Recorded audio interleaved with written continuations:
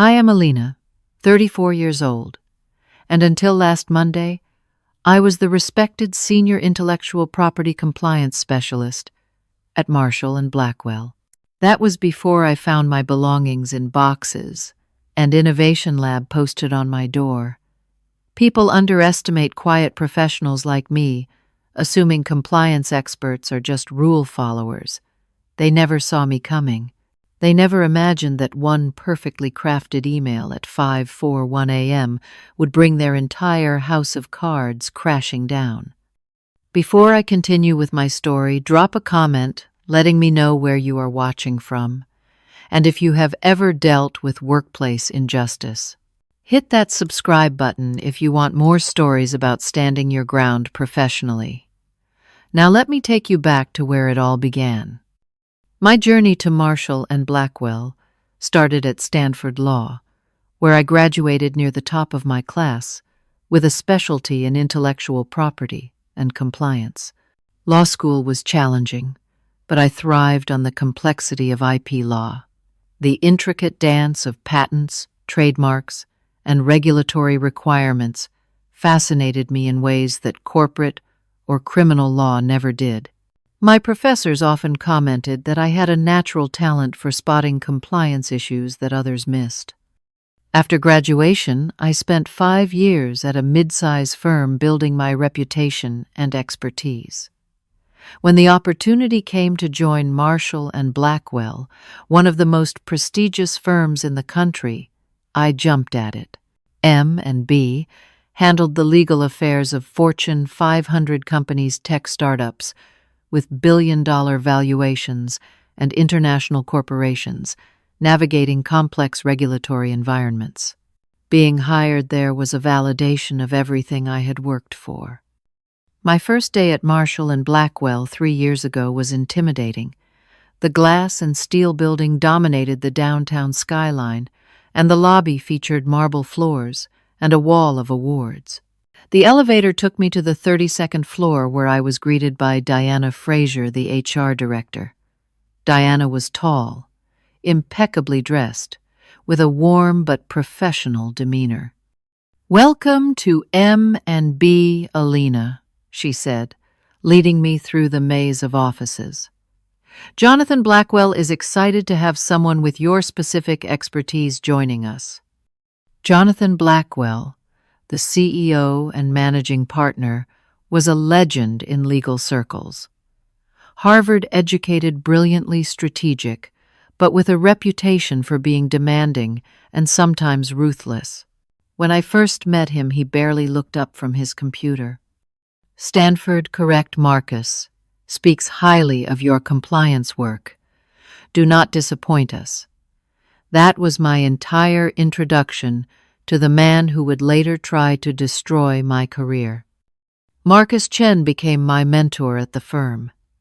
In his 50s, with salt and pepper hair and 20 years of experience in IP law, he took me under his wing immediately.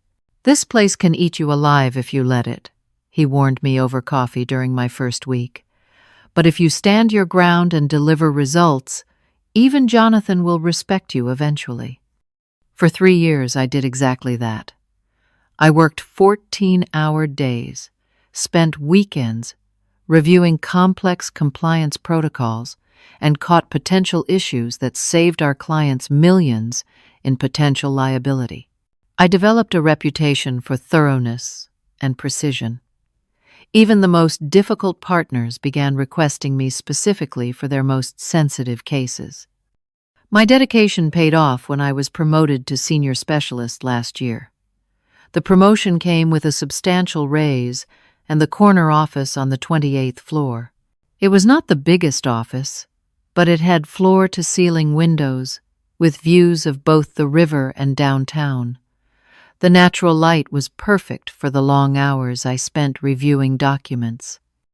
I personalized it with framed diplomas, a small collection of legal history books, and a beautiful antique desk lamp that had belonged to my grandmother.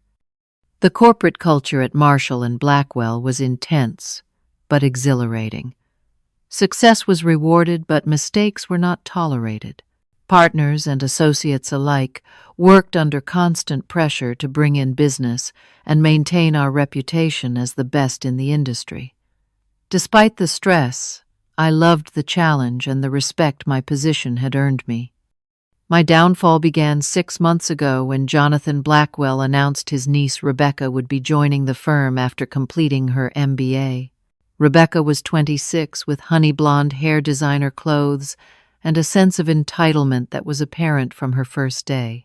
While I had worked my way up through merit, Rebecca arrived with a vice president title, despite having 0 legal experience. Initially, we had little interaction. Our roles were completely different. I handled compliance and IP protection, while her newly created position of Chief Innovation Officer seemed primarily decorative. Occasionally, we would end up in the same meetings where she would make vague suggestions about disrupting the legal paradigm and bringing Silicon Valley thinking to the firm. Tyler Jenkins, our Chief Technology Officer, often rolled his eyes during these meetings.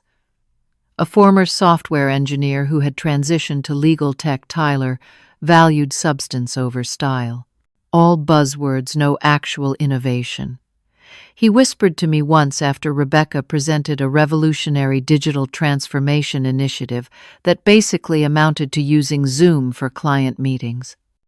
The week before everything changed, I had been in San Francisco working with a major tech client on a complex IP compliance issue.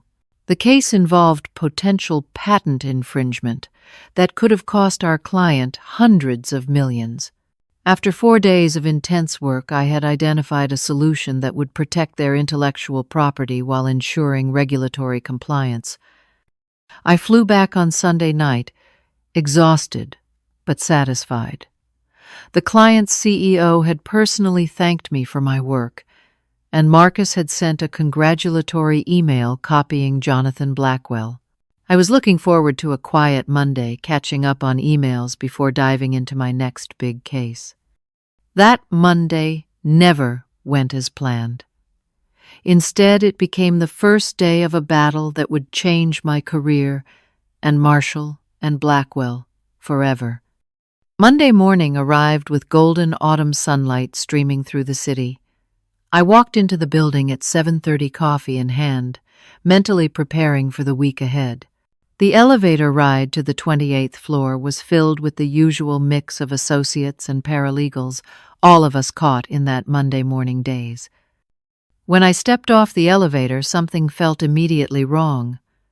2 maintenance workers were installing a sleek new sign next to my office door, except it was not my name they were mounting on the wall.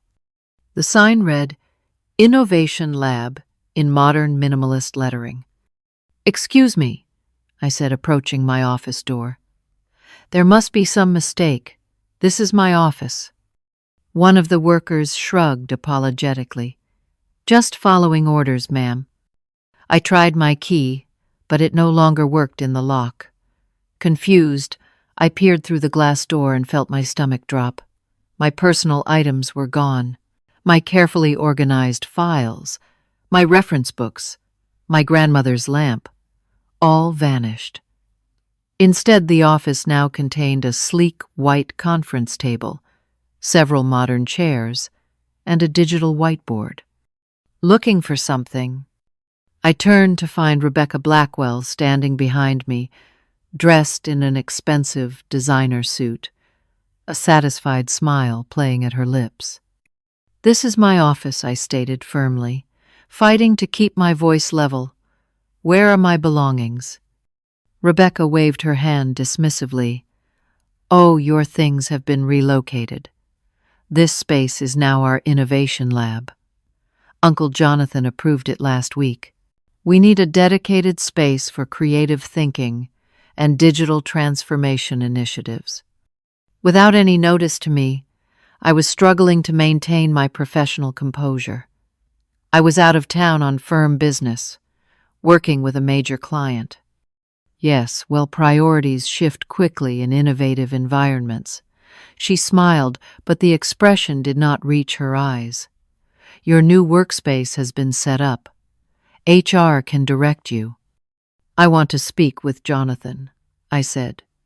He is in meetings all day. Maybe try scheduling something next week. With that, she brushed past me and unlocked my former office with her new key. I stood there feeling heat rise in my cheeks as colleagues walked past, averting their eyes or giving me pitying glances. Making a scene would only hurt me professionally, so I took a deep breath and walked to Diana Fraser's office. Diana looked uncomfortable the moment I walked in. "Alina, I was just about to email you." "What is going on?" I returned from saving one of our biggest clients from a potential disaster to find my office has been taken. Diana shifted papers on her desk nervously. It was an executive decision. The Innovation Lab has been given priority space for the firm's new strategic direction. And where exactly am I supposed to work now? Diana handed me a new key card. "We have set up a workspace for you on the 25th floor. The 25th floor housed paralegals and administrative staff. I felt my professional standing being stripped away with each word. "This is completely inappropriate," I said quietly. "I am a senior specialist who just brought in substantial new business. My position requires privacy for handling sensitive client information." "I understand your frustration," Diana replied, not meeting my eyes. "But the decision has been made at the highest level." My next stop was Marcus's office, hoping my mentor could provide some clarity or support. His door was closed with his assistant informing me he was in depositions all day. I sent him an urgent text message and headed to the 25th floor to assess the damage. The workspace they had assigned me was beyond insulting. It was a converted supply closet with no windows, barely fitting a desk and chair. My personal items and files had been carelessly piled in boxes on the floor. My computer had been set up, but the space lacked proper lighting, and the walls were a dingy beige that had not been repainted in years. As I stood there in shock, I overheard two associates talking in the nearby break room. "Classic Blackwell nepotism," one of them said quietly. "First hiring his unqualified niece, now giving her Alina's office." "Shh, do you want to get fired?" the other whispered. "Nobody's going to challenge Jonathan over this." Poor Alina, though. After all she's done for the firm. "Yeah, well, blood is thicker than water. And Rebecca's been trying to push Alina out for months." That was news to me. I stepped closer to the break room doorway. "Remember that compliance protocol Alina developed for the Porter case? Rebecca presented it to the board as her own work. I was in the meeting when she claimed it was part of her innovation initiative." "No way." "Way. And guess who got praised in the partner meeting last week?" I had heard enough. I retreated to my closet office and shut the door, finally letting the emotions wash over me. Anger, humiliation, betrayal. They crashed through me in waves. I had dedicated 3 years to this firm, sacrificed weekends and holidays, delivered exceptional results, only to be cast aside for the boss's niece. For 15 minutes, I sat in that tiny, windowless room, allowing myself to feel the full weight of the injustice. I even cried briefly in pure frustration, something I had not done since law school finals. But as the tears dried, something hardened inside me. A determination took hold. I was not going to slink away in defeat. I was not going to quit in righteous indignation. I was going to respond, but not with emotional outbursts or workplace drama. I would use the very skills that made me valuable to the firm. My meticulous attention to detail, my knowledge of compliance protocols, and my understanding of professional standards. If Marshall and Blackwell wanted to play hardball, they were about to learn they had chosen the wrong person to mistreat. I wiped my eyes, straightened my jacket, and opened my laptop. It was time to start documenting everything. That first day I maintained a facade of professional calm. I organized my new office, requested proper lighting from facilities management, and continued my regular work as if nothing was amiss. But inside, my mind was racing with questions and plans. After hours, when most of the staff had gone home, I began my real work. First, I carefully documented the office situation, taking photos of my new accommodations, saving the email thread with HR, and writing a detailed timeline of events. I had learned early in my legal career that contemporaneous documentation was crucial in any dispute. But I knew that complaining about an office, even one I had rightfully earned, would seem petty without context. I needed to understand the bigger picture. Why had Rebecca been able to convince Jonathan to make such a disruptive change? What was the strategic direction Diana had mentioned? I started by reviewing public records of the firm's recent activities. Marshall and Blackwell had been unusually active in press releases over the past month, announcing a strategic partnership with Global Lex, a European legal conglomerate. The business news described it as a merger of equals that would create one of the largest international legal firms in the world. This explained the sudden emphasis on innovation. They were positioning the firm for this merger. But something felt off about the timing and the secrecy. The next evening I stayed late again, this time focusing on Rebecca's supposed innovation initiatives. Using my legitimate access to the document management system, I reviewed everything she had presented to the partners and clients over the past 6 months. What I found was shocking but not surprising. Her much-praised digital transformation framework was plagiarized almost verbatim from a published white paper by a leading consulting firm. Her client experience innovation protocol was copied from a competitor's publicly available materials with only minor wording changes.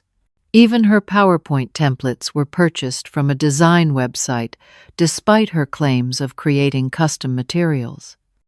I carefully documented each instance, creating side-by-side comparisons that clearly showed the plagiarism. This wasn't just embarrassing, it posed serious ethical and potentially legal issues for a firm presenting this work as original to clients. On the third night, I expanded my investigation. While reviewing billing records that intersected with compliance matters, I noticed inconsistencies. Several major clients were being billed for compliance reviews that never appeared in our internal tracking system. This was a red flag. Either the work wasn't being done or it was being done without proper documentation, both serious violations of professional standards. I reached out to Tyler from IT, under the pretext of needing technical help with my relocated files. Tyler had always been friendly, and I sensed he had no love for Rebecca's digital transformation buzzwords. "This innovation lab thing is ridiculous," he commented, while helping me recover some files. "You know they installed $8,500 worth of technology in there that nobody knows how to use. Meanwhile, my actual technology requests for necessary security upgrades keep getting denied." "Security upgrades?" I asked casually. Tyler glanced around before lowering his voice. "We have serious vulnerabilities in our client data protection systems. I've been flagging them for months, but management keeps postponing the fixes. Says it's too expensive right now." This was potentially explosive information for a firm handling confidential client data. "Is there documentation of these recommendations?" "Tons, all ignored." He seemed relieved to finally talk about it. "I can show you the reports if you're interested. Maybe someone in compliance could help make the case." "I would like to see those," I said carefully, keeping my tone professional. The security reports Tyler shared were damning. The firm was cutting corners on data protection in ways that violated not just best practices, but potentially several regulations and client confidentiality requirements. I added these to my growing file of documentation. By the end of the week, I felt ready to consult with someone I trusted implicitly. I called my former professor, Judith Montgomery, who had become a mentor and friend. We met for coffee on Saturday morning at a cafe far from the office. "This is quite a situation," Judith said after I explained everything. "Have you considered simply looking for another position? Your skills are highly marketable." "I have," I admitted, "but this isn't just about me anymore. There are serious ethical violations happening. Clients are being put at risk. If I leave without addressing it, I become complicit." Judith nodded, her expression serious. "Then you need to be strategic and thorough. This kind of confrontation with firm leadership can be career-defining for better or worse." We spent hours discussing approach ethics and potential outcomes. Judith helped me organize my findings into categories and prioritize the most serious issues. The following week, I expanded my investigation while continuing to perform my regular duties flawlessly. I worked late every night sometimes, until 2 or 3 in the morning, gathering and organizing evidence. I was exhausted, but driven by a sense of purpose that grew stronger as the extent of the problems became clearer. On Wednesday, I had a breakthrough. While reviewing email archives related to the merger preparations, I discovered messages between Jonathan and the firm's outside accountants discussing creative approaches to the firm's financial statements to make our position stronger for the merger negotiations. Further digging revealed what appeared to be deliberate misrepresentations of the firm's profitability, client retention rates, and pending liabilities. These weren't minor discrepancies. They were potentially fraudulent misrepresentations that could constitute securities fraud given the size and public nature of the planned merger. I needed one more piece of information to complete my understanding. I reached out to Marcus asking if we could meet privately. We arranged to meet for dinner at a small restaurant across town. "I was wondering when you'd call Marcus," said after we ordered. The office situation was unconscionable. "It's much bigger than the office now," I told him. "I've found some very concerning issues during my review." Marcus's expression grew serious as I outlined some of my findings, careful not to share anything confidential in a public setting. "The merger with Global Lex," he said quietly. "You need to understand what's driving this. Jonathan is in trouble. His personal investments took a major hit last year. He needs this merger to go through to cash out his equity. That's why he's been cutting corners, and why he brought Rebecca in to create the appearance of innovation without the expense or effort." "Do the other partners know?" "Some suspect, none can prove it, and none want to rock the boat with so much money at stake." Marcus looked troubled. "Be careful, Alina. Jonathan will sacrifice anyone who threatens this deal, including clients, including ethical obligations." Marcus's silence was answer enough. I worked until 3 a.m. that night, compiling all my evidence into a comprehensive, irrefutable case. When I finally crawled into bed, exhausted but resolved, I knew exactly what I needed to do. The weekend before I acted, I isolated myself in my apartment to finalize my strategy. My dining table disappeared under stacks of printed emails, financial reports, compliance violations, and legal precedents. I needed not just evidence, but a strategic approach that would protect the firm's clients while also ensuring I wasn't simply committing career suicide. First, I categorized all the issues I had discovered into 3 distinct groups. 1. Ethical violations, including Rebecca's plagiarism misrepresentation to clients and the firm's billing irregularities. 2. Legal risks, Data security vulnerabilities that violated client confidentiality requirements, potential fraud in the merger disclosures, and regulatory compliance failures. 3. Financial improprieties. Creative accounting misrepresented profitability metrics and hidden liabilities that were being concealed from GlobalX. For each category, I prepared a summary document with irrefutable evidence attached. I was meticulous about only including information I had legitimate access to through my compliance role. Nothing had been obtained through improper means, a critical distinction if this ever escalated to legal proceedings. Next, I developed my communication strategy. Timing would be crucial. I decided on Monday morning early enough that the leadership team would have the full day to respond, but not so early that they could bury it before others arrived. The recipients would include Jonathan Blackwell, all equity partners, the firm's general counsel, and a senior representative from GlobalX, who had been named in the merger announcement. The email needed to be perfect, professional, factual, and impossible to dismiss as emotional or retaliatory.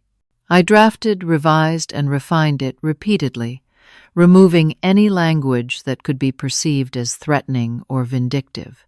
The final version was coolly professional, focused entirely on the firm's and clients' interests, rather than my personal situation.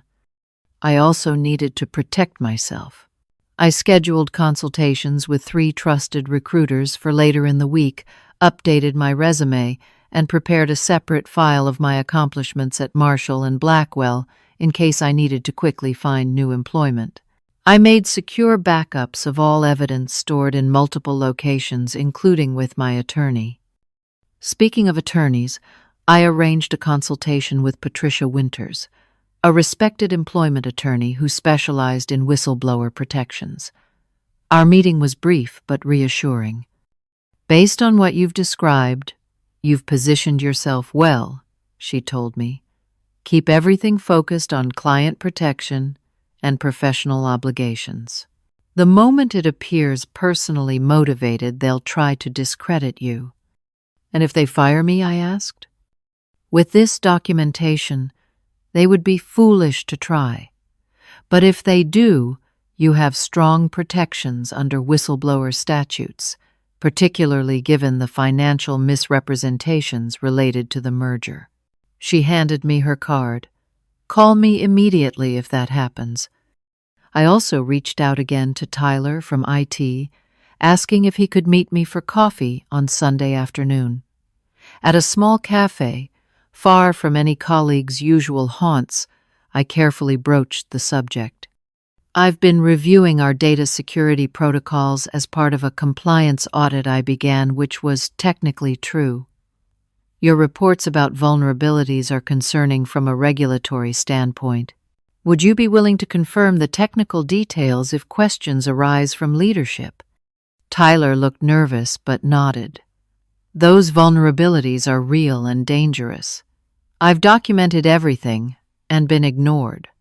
If someone is finally taking it seriously, I'll confirm whatever you need." "It might get uncomfortable," I warned. "It's already uncomfortable knowing we're one hack away from a data breach that could expose client information," he replied. "I'd rather face some awkward meetings than explain to the state bar why we neglected known security risks." With Tyler's technical support secured, I had expert backup for one of my key concerns. The final piece was ensuring I understood exactly what GlobalX would care about most in my findings.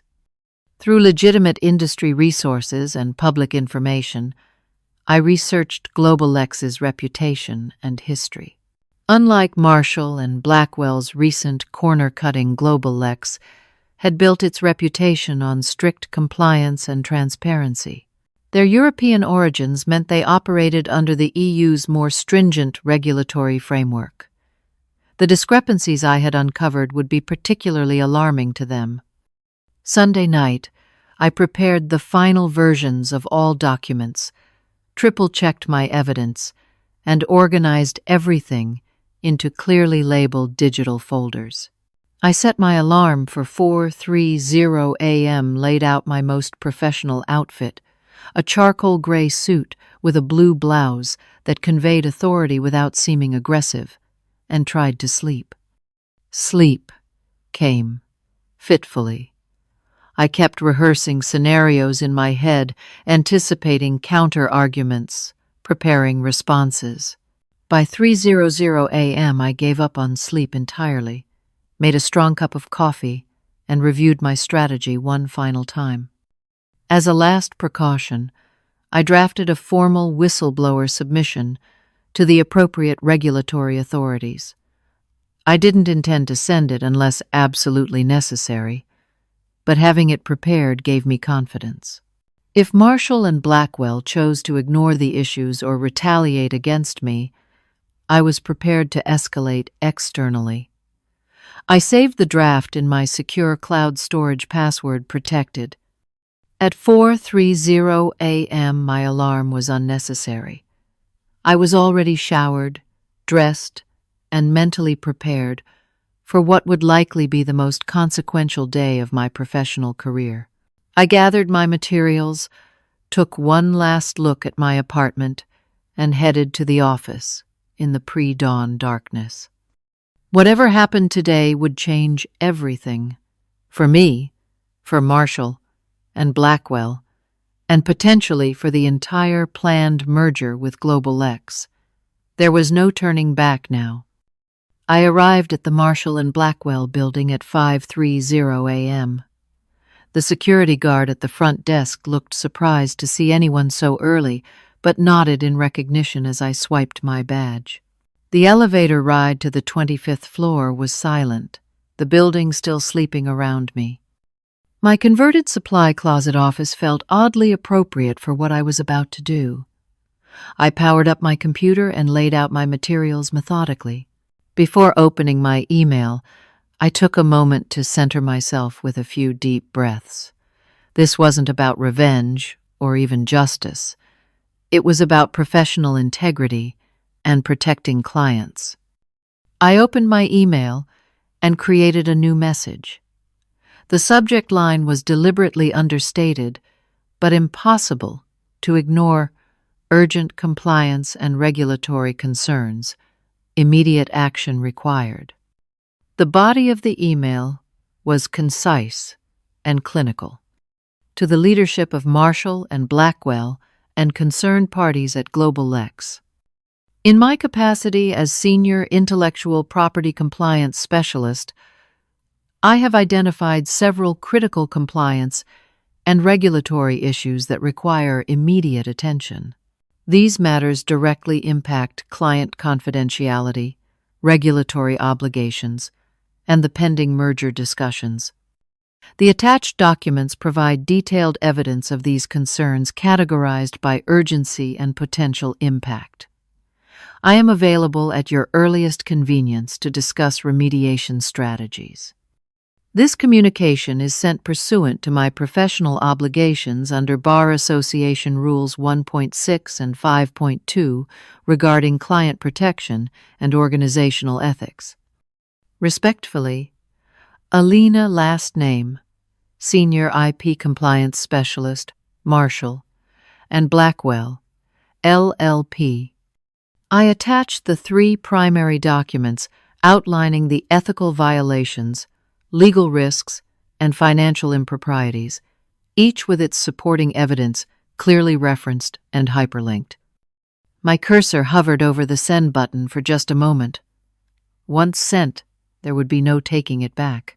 I checked the recipient list one final time. Jonathan Blackwell, all 8 equity partners, Harold Morgan General Counsel, and Stefan Lindgren, Global X's Chief Strategy Officer and Merger Liaison. At precisely 5:41 a.m., I clicked send. With the email gone, I immediately shifted focus to my regular work. I had several client matters that needed attention, and I was determined to maintain absolute professionalism throughout whatever storm was about to break. I worked steadily through early morning, completing a patent compliance review that had been on my desk for days. At 7:15 a.m., the first response arrived, a terse email from Harold Morgan, my office. 8 a.m. No other context, no indication of his reaction to the materials. I continued working, completing my review and drafting responses to other client inquiries. Outwardly, I was the picture of a dedicated professional having a normal Monday. Inside, adrenaline had my heart racing. At 8:00 a.m. sharp, I knocked on Harold's door. The firm's general counsel was a serious man in his 60s, with a reputation for unflappable calm. Today, however, he looked distinctly ruffled. "Sit down, Alina," he said, gesturing to a chair opposite his desk. His computer screen showed my email with attachments open. "Do you understand what you've done this morning?" "I've fulfilled my professional obligation to report serious compliance concerns," I replied evenly. "You've sent explosive allegations to our merger partner," he countered, his voice low but intense. "I sent documented evidence of actual violations to all relevant parties I corrected. These aren't allegations, they're established facts that pose serious risks to our clients and the firm." Harold studied me for a long moment. "Jonathan wants this handled quietly." "I'm happy to discuss remediation strategies confidentially," I said, "but the issues themselves require addressing, not burying." "He's called an emergency board meeting for 9:30. You'll be expected to attend." Harold looked tired suddenly. "For what it's worth, your documentation is thorough." I nodded and returned to my office, continuing my normal work routine. By 9:00 a.m., the atmosphere in the office had noticeably shifted. Partners were arriving earlier than usual, heading directly to Jonathan's corner suite with tense expressions. Associates were picking up on the unusual energy, exchanging confused glances. Rebecca arrived at 9:15, breezing through the office in designer heels, seemingly oblivious to the tension. She headed straight to the innovation lab that had been my office. I watched her go with detached interest, knowing her morning was about to take an unexpected turn. At 9:25, I gathered my materials and headed to the main conference room. Through the glass walls, I could see the partners already assembled, their body language tense. Jonathan stood at the head of the table, his face flushed with barely controlled anger. Harold sat beside him, looking grim. I entered precisely at 9:30, taking the only remaining seat halfway down the table. The room fell silent.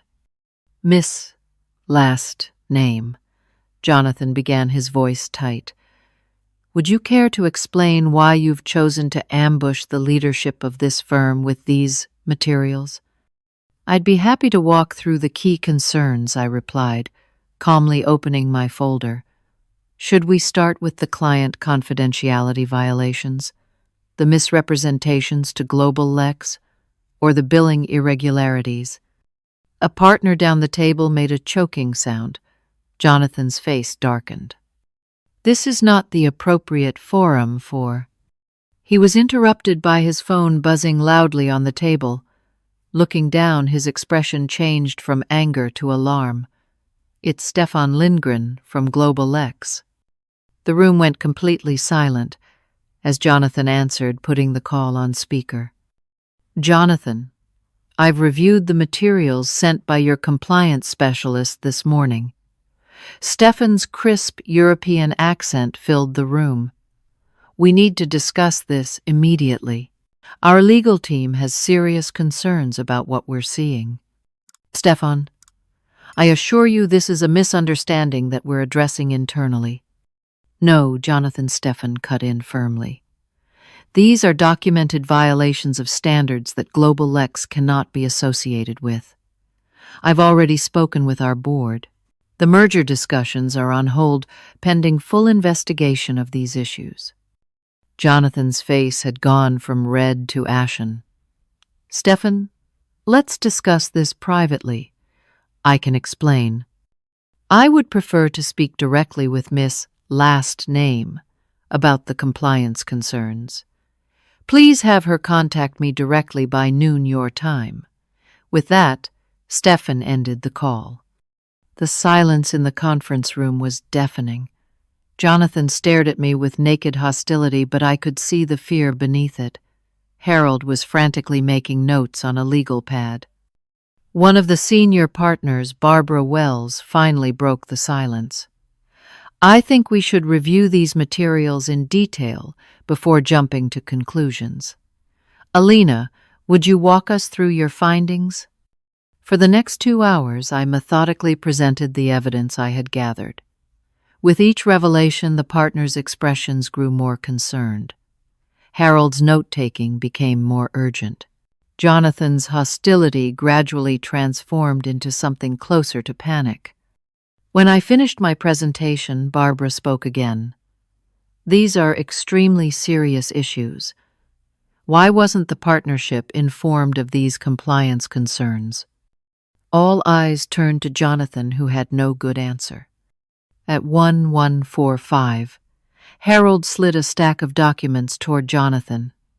"These need immediate signature to begin remediation of the most critical issues," he said quietly. Jonathan signed without speaking.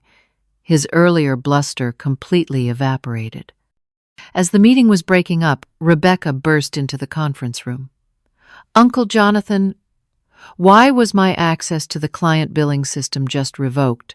And why is IT in the innovation lab removing equipment?" Jonathan couldn't even look at her. Harold quietly took Rebecca aside as I gathered my materials. Barbara approached me as I was leaving. "The partnership will need to meet privately now, but I want you to know that bringing these issues to light was the right thing to do, professionally speaking. It can't have been easy." I nodded, maintaining my composure. "My only concern is protecting our clients and the firm's integrity." By noon, I had returned Stefan Lindgren's call as requested, walking him through the compliance issues and potential remediation strategies. His response was measured but firm. "Miss Last Name, your professionalism is commendable. Global Lex values ethical conduct above all else. We will be sending a team to review these issues in person before making any decisions about the merger's future." The afternoon passed in a blur of activity. Its staff were suddenly implementing security upgrades that had been requested months ago. Associates were pulled into meetings about proper documentation protocols. The Innovation Lab sign disappeared from my former office door, replaced with a generic Conference Room B. At 3:00 p.m., my phone rang. It was Jonathan's assistant. "Mr. Blackwell would like to see you in his office." I gathered my notes and headed to the executive floor. Jonathan sat behind his massive desk, looking 10 years older than he had that morning. Harold was there, along with Barbara and 2 other senior partners. Jonathan looked up as I entered, his expression unreadable. "Miss Last Name, it seems we have a situation to resolve." Jonathan's office felt unnaturally quiet as I took a seat across from him. The floor-to-ceiling windows showcased the city skyline, a view that normally projected power and success, but now felt like a backdrop to a dramatic fall. "Global X has suspended merger talks pending a full audit," Jonathan said without preamble. "Their team arrives tomorrow morning. Our stock value dropped 7% when rumors hit the market." His tone was flat, drained of its usual authority. I remained silent, waiting. This wasn't my crisis to solve. "Harold has reviewed your findings." Jonathan continued, gesturing to the general counsel. "He confirms the compliance issues are legitimate." Harold nodded grimly. "The data security vulnerabilities alone constitute reportable events under several regulatory frameworks. The billing irregularities and financial disclosures are equally problematic." And the plagiarism issue, I asked, my first words since entering the room. Barbara seated to my left sighed heavily. We've confirmed that several of the innovation materials presented to clients and the board were not original work. This creates both ethical and potential legal exposure. The door opened and Rebecca entered, her usual confidence, visibly shaken. I was told to come immediately, she said, looking around the room with confusion. Sit down, Rebecca. Jonathan said wearily. Miss, last name, has identified some concerns about your work product. Rebecca's eyes darted to me, narrowing slightly. I'm sure there's been some misunderstanding. My innovation frameworks have been praised by everyone. Your innovation frameworks were copied from McKinsey and Deloitte publications, I stated calmly, sliding a folder across the table. Side-by-side comparisons show 97% identical content. Rebecca's face flushed. That's absurd. I developed those concepts based on my MBA studies and— Please don't, Harold interrupted, looking pained. We verified the sources. Even the graphics were copied with only color changes. Rebecca switched tactics instantly. This is clearly a vindictive attack because I took over her office space. She's been resentful since I arrived and— Barbara cut her off sharply. Miss, last name's office relocation is the least of our concerns right now. We're facing potential regulatory investigations, client defections, and a collapsed merger worth hundreds of millions. The phone on Jonathan's desk buzzed. His assistant's voice came through the speaker. Mr. Lindgren from Global Lex is on line 1. He insists on speaking with you and Miss Place. Last name together. Jonathan visibly steeled himself before pressing the button. Stefan, you're on speaker with myself, Miss Last Name, and several partners. Thank you for taking my call. Stefan's measured voice filled the room. Our board has reviewed the preliminary materials and consulted with our legal team. Before our audit team arrives tomorrow, we wanted to clarify our position. The room was absolutely still. Jonathan's career and the firm's future hung in the balance. The compliance issues identified by Miss Last Name are serious but potentially remedial, Stefan continued. However, our continued interest in any partnership depends entirely on 3 conditions. Jonathan leaned forward. We're listening. First, immediate implementation of all security recommendations previously made by your IT department. Second, a complete review of all client billing for the past 3 years by an independent auditor. And third, his voice hardened slightly, complete transparency about any other issues that might affect this merger. No more surprises. Those terms are acceptable, Jonathan responded immediately. One more thing, Stefan added. Global Lex would like Miss Last Name to lead the compliance integration team if the merger proceeds. Her commitment to professional ethics aligns with our corporate values. All eyes in the room turned to me. I kept my expression neutral despite my surprise. I would be open to discussing that role, I responded professionally. Excellent. We'll speak tomorrow after our team's initial assessment. With that, Stefan ended the call. The silence that followed was broken by Rebecca pushing back her chair forcefully. This is ridiculous. One disgruntled employee sends an email, and everyone panics. I've brought valuable innovation perspectives to this firm, and now you're letting her undermine everything. Jonathan finally looked directly at his niece, his expression hardening. What exactly have you contributed? Rebecca, original work, strategic insights, anything beyond buzzwords and plagiarized presentations? Rebecca's mouth opened and closed without words. Jonathan turned to Harold. Draft a revised role description for Rebecca entry-level compliance assistant effective immediately. She clearly needs to learn about professional ethics and original work." Rebecca gasped. "You can't be serious. I'm family." "Which is the only reason you're not being terminated," Jonathan replied coldly. "Family or not, you've put this entire firm at risk." Rebecca stormed out, nearly colliding with Jonathan's assistant, who entered with a stack of documents. "The preliminary compliance remediation forms requiring your signature," she explained, placing them before Jonathan. As the partners discussed next steps, Jonathan signed document after document without argument. His earlier bluster had evaporated, completely replaced by grim acceptance of the situation. Finally, after the others had left to begin implementing emergency measures, Jonathan looked up at me. Only the two of us remained in his office. "What do you want?" he asked quietly. "I've never wanted anything but to do my job properly," I replied honestly. "To uphold professional standards and protect our clients." "Your office," he clarified. "You want your office back." I considered this for a moment.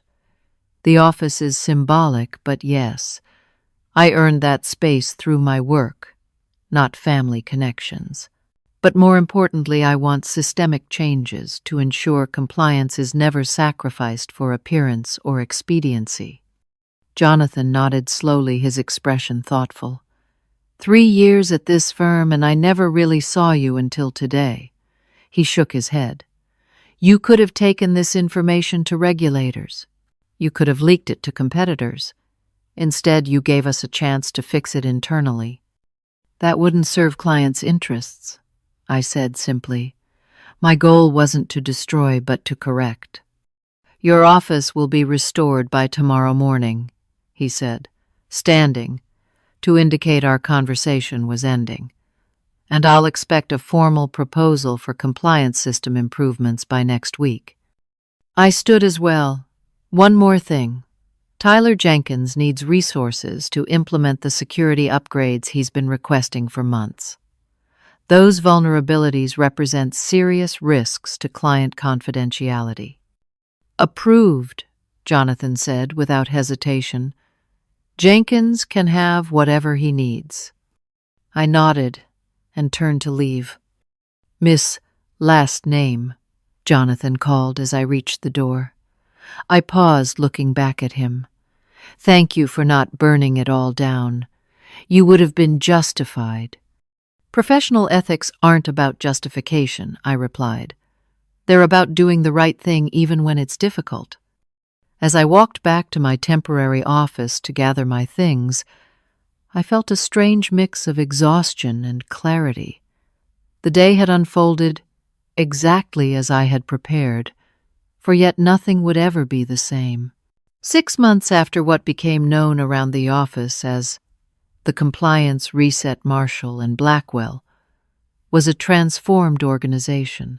My corner office had been restored within 24 hours of that confrontation.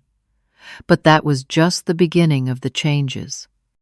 The GlobalX merger did eventually proceed, but on revised terms that emphasized ethical compliance and transparency. I was appointed Chief Compliance Officer for the combined entity with a substantial team reporting to me and a seat at the leadership table. My first major initiative was implementing uniform compliance protocols across all international offices. Rebecca's journey took an unexpected turn. Initially resentful of her demotion to compliance assistant, she gradually developed genuine interest in the field. Under strict supervision, she began to show aptitude for detail-oriented work. Her entitlement slowly gave way to earned confidence, as she learned to do the actual work instead of just talking about innovation. While we would never be friends, I came to respect her efforts to rebuild her professional reputation from scratch. Jonathan Blackwell changed perhaps the most dramatically. The near disaster of the merger had been a wake-up call about the culture he had created. While still demanding and driven, he now emphasized ethical boundaries as non-negotiable. In our new weekly compliance meetings, he asked tough questions and expected thorough answers, but always with respect for the process. Tyler Jenkins received the budget and authority to implement comprehensive security upgrades, transforming our data protection from vulnerable to industry-leading. He often stopped by my office to update me on new implementations, clearly enjoying his newly respected position. Diana from HR approached me about a month after everything had settled. "I should have done more when they took your office," she said quietly. I knew it wasn't right, but I was afraid of challenging Jonathan. "Corporate cultures reflect leadership priorities," I told her. "It's different now because those priorities have changed." My relationship with Marcus strengthened as well. "I always knew you were brilliant," he told me over lunch one day. "But I never realized how strategically you could apply that intelligence. You've changed this firm for the better." The most significant change was in how I viewed myself professionally. Before, I had been content to work diligently within my specialized area head down, focused on individual tasks. Now I understood that true professional responsibility sometimes required looking up and addressing systemic issues. It required courage to stand alone even when everyone else was looking away. Many people have asked if I regret not simply finding another job when my office was taken. The question always makes me reflect on what would have happened to the firm's clients if I had walked away. The data security vulnerabilities would have remained unaddressed. The billing irregularities would have continued. The plagiarized materials would have been presented to more clients. Sometimes standing your ground isn't about pride or territory. It's about upholding the standards of your profession when no one else will. The experience taught me several invaluable lessons that I now share with the junior compliance specialists I mentor.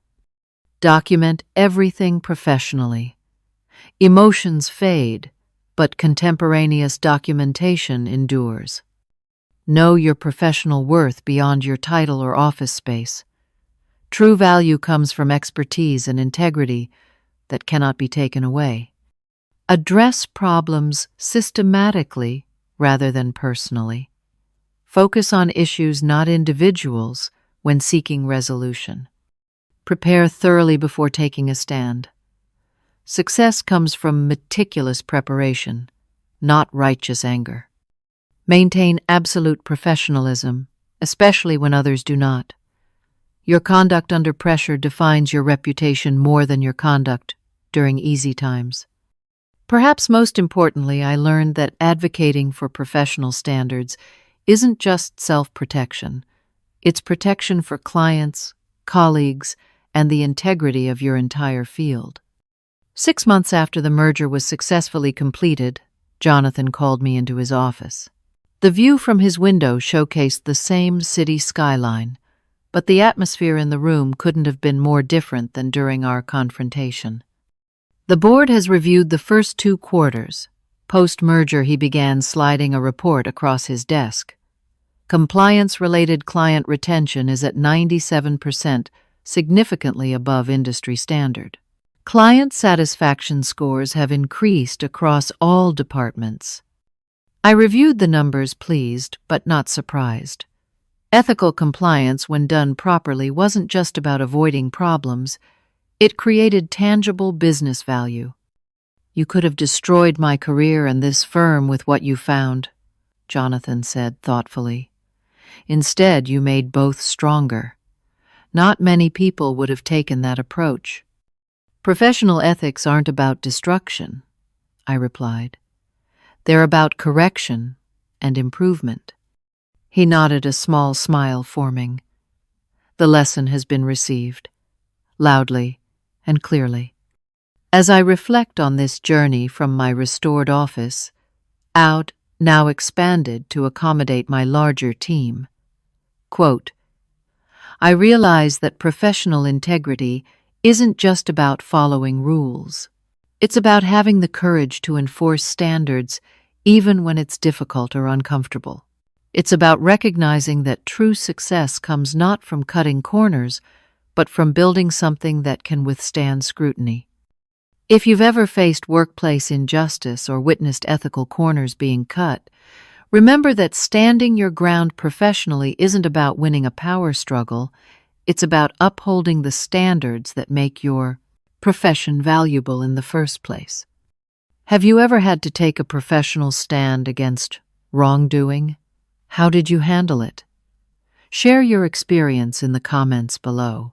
If this story resonated with you, please hit that like button and subscribe for more stories about navigating professional challenges with integrity. Thank you for listening, and remember that sometimes the quietest professionals make the most significant impact when they finally speak up.